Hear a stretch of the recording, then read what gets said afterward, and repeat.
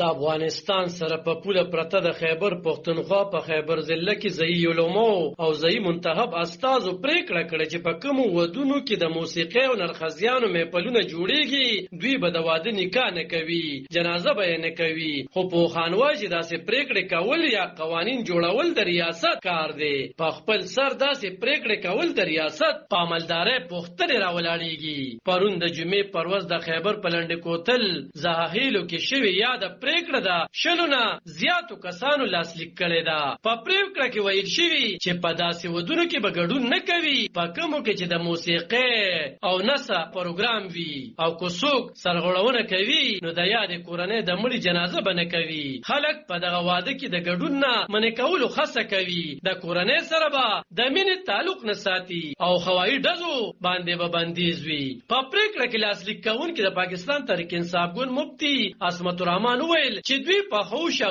2 کیلومتر علاقه کې د مختلف مکاتب فکر سره تعلق لرونکو علماو د ډېری مودې نه په دې خبره مشورې کولې. بیا پرون دوی ځایی علما او منتخب استاد راټول کړل. په شریکه یاد پریکړې کړې دي چې هغوی په شریکه یې دا یاد پریکړې کړې دي.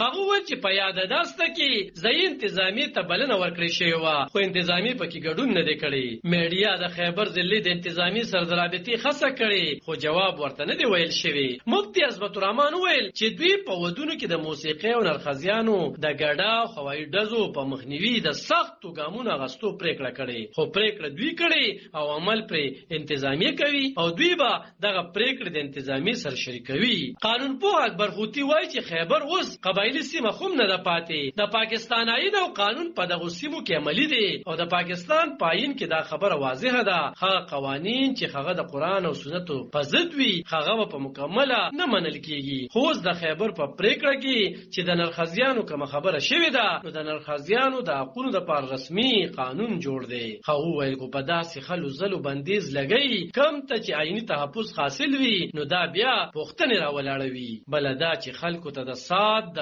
پروګرامونو حق حاصل دی خو هغه خلې زلې چې د کلتور او سیمې د اقدارو په ضد وي بیا به همدغه پریکړه ځایی خلک یا جرګه نه کوي. په کار ده چې ځایی انتظامی خبر کړی شي چې غیر اخلاقی کارونه کیږي خو که څوک بیا په خپل پریکړه کوي نو دا پر ریاستي عملدارۍ سوالونه راپورته کوي. پیښور پوهنتون کې د صنفي زده کړو د څانګې استاد ډاکټر درویش افریدي وایي چې د ریاست خپل قوانین او نظام دی خو ټولنه په خپل قانون جوړوي او عملي کوي نو بیا به د ریاست څه جواز وي. عالم خان شیرپو دلبر نیوز 400